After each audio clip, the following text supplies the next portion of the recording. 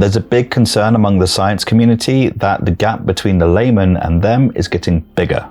And one of the biggest reasons for that is that scientists are great at science, but not so great at communicating science. It's no wonder people think the Earth is flat, a concept we grew out of 2,000 years ago. So what has this got to do with comics? Well, as the scriptwriter, it's your primary job to communicate clearly with the artist, even if you're also the artist. And we can learn a lot from the science community. Just because you understand something easily doesn't mean that others will. So in this video, we're going to make sure that your scripts are crystal clear, which not only means that the artist will be able to fulfill your vision, but it will speed up the process. Trust me, a confusing and unwieldy script slows things down massively. So even if you want the artist to take the wheel for the visuals, it's still worth doing a lot of what I'm going to talk about in this video. And throughout my research, as well as my opinions, I've divided this into 3 categories. So on to the first one. Formatting is just how you prepare your script, how you lay it out. So the first thing that you need to make sure that you do as far as formatting your script goes is to number your pages and your panels. I'm willing to bet that you already do this, but just in case you don't, and for the sake of being thorough, make sure that you say page 1, page 2, page 3, etc. and panel 1, panel 2, panel 3. If you just do 1, 2, 3, then there's a bit of ambiguity there. It seems like a small thing, but anything that you can make it so it's really clear and obvious what's what, the better. Now, I don't want to assign a number for the amount of panels you should have per page, but if you average 6, then you're in pretty good shape. If you're not sure, then consult with your artist or watch this video where I add panels to a page based on the Dark Knight movie. That was a fun one. Next, word balloons. If you're a Quentin Tarantino or a Kevin Smith kind of writer and you love dialogue, then this could trip you up. Now, cards on the table, I'm not a huge fan of being too prescriptive when it comes to creativity, so I'm saying this as a general guideline rather than a rule. The only rule that matters is clarity, so if your comic is clear, you're good. But that being said, for each word balloon, the maximum number of words you're looking for is around about 30. And for the page total, you're looking for around about 200 words.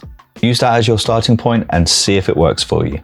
On your style, how much space you need for the visual action, your font type and size will determine what's best for your specific comic.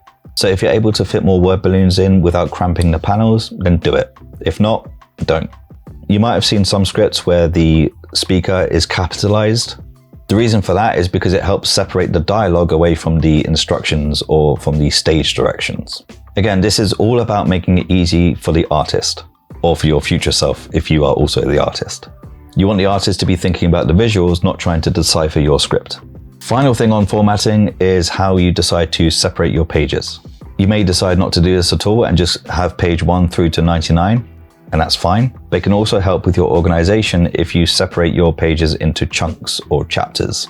What I did with my comic Flowers and Shadows until very, very recently was I would separate them into scenes, and sometimes a scene would be like 2 pages. So I'd have loads of like mini scenes, and I found that that was actually quite counterproductive for me.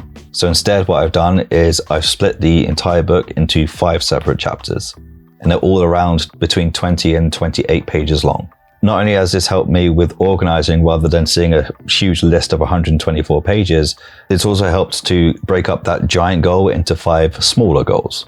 So final word on formatting is just make it idiot-proof. I'm not saying artists are idiots, but the clearer you make it, the quicker the process is going to be for the artist, so the quicker you're going to get your comic made. It just benefits everybody involved if the formatting, the layout of your script is clear.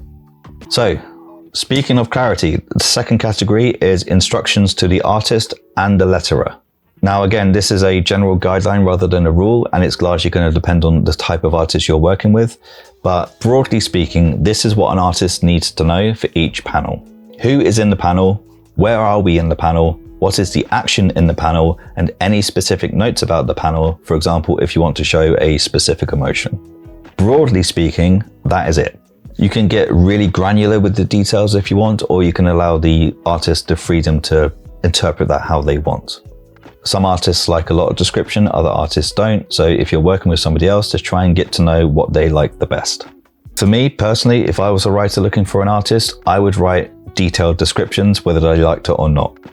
Not in the sense that they must do what I say, but in the sense that it's better to have too much than not enough. Now, I mentioned before that the reason a comic script is so different to a screenplay, for example, is the camera angles. Even if you want the artist to figure out where the camera angles are in their panels, it's still worth considering them as you're writing your script.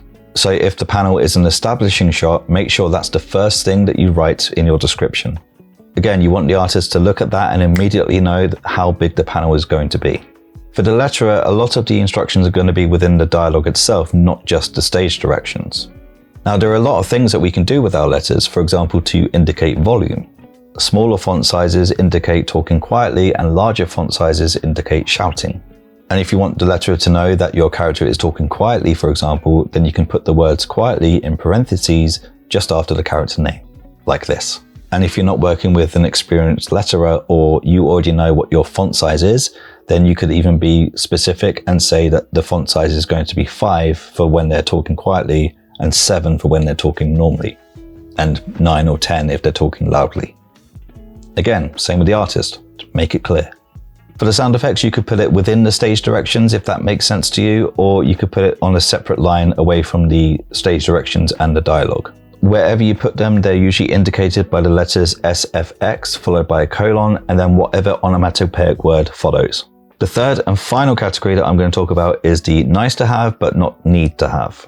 As the writer, if you're looking for an artist, it will do the world of good to gather some visual references. This is before you get the artist.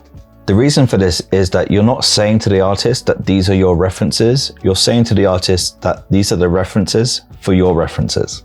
The artist may conjure up a completely different visual to you based on your writing. So if you can give them some solid, tangible visual references to base their own references on, then they're much more likely to share your vision visually.